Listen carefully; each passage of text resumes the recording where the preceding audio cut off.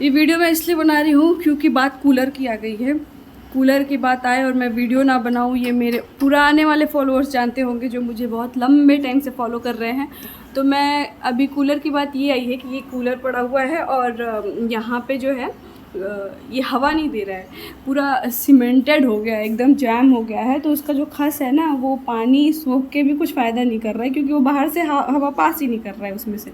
दिखाती हूँ मैं, ये बहुत पुराना खस है। तो ये जो है इतना हार्ड हो गया है कि इसमें से हवा पास ही नहीं होता है। तो मेरे पापा ने बोला है कि निधि इसको निकाल के उसका ये खस निकाल देना अगर तुमसे हो पाए तो पहला स्टेटमेंट तो ठीक था, निकाल दे, लेकिन दूसरा स्टेटमेंट मेरे को बड़ा अजीब लगा, अगर हो पाए तो मेरे को मुझे निकालना ही है, ठीक है। तो अभी देखते हैं क्या होता है, क्या कर सकते हैं। इसका निकाल के पापा को दिखा देंगे कि भाई हम कर सकते हैं, ठीक है। आज तो हम निकाल कर रहेंगे और पापा को भी पता चलेगा कि अरे ये तो इसने कर दिखाया, बात आ गई थी आन बान शान पे, तो हमें निकालना ज़रूरी था। अब हम इस कूलर को निकाल देंगे। ये खोलना है और बस निकाल देना है, पर इतना जाम है ना, निकल ही नहीं रहा यार।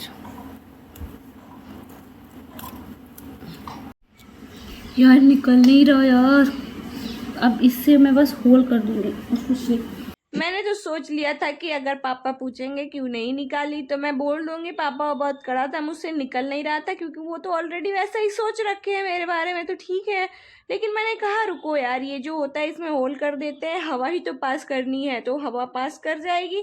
हमने तो होल कर दिया बहुत मुश्किल से, सारे वो जो एक एक पार्ट निकाला मैंने खस का और फिर मैंने होल कर दिया। मैंने प्लग लगाया और स्विच ऑन किया। स्विच ऑन करने के बाद भी हवा जो है हवा जा ही नहीं रही थी। मुझे समझ में ना आई हुआ क्या है, हवा तो पास करनी चाहिए। मैंने सोचा शायद कुछ फंसा हो, तो मैंने वो करके भी देखा कि क्या हो सकता है। एक्चुअली जब कूलर की बात आती है तो सच में मैं कूलर क्वीन बन जाती हूँ और पूरी ताकत लगा देती हूँ कि क्या हुआ होगा इस कूलर में।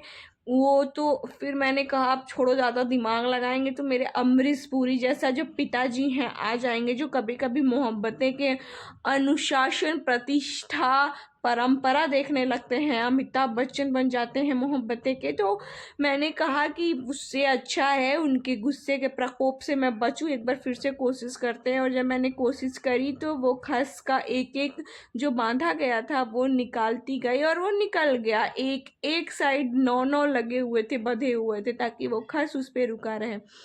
तो मैंने निकालती गई। मैंने कहा रुको एक साइड का खस निकाल के ट्राई करते, पर नहीं हुआ। तो मैंने कहा अब सारा ही निकाल देते हैं, जब एक साइड का निकल गया है तो। मेरा तो मन किया बीच में छोड़ दूं, लेकिन फिर कहा कि नहीं यार निकाल देते हैं।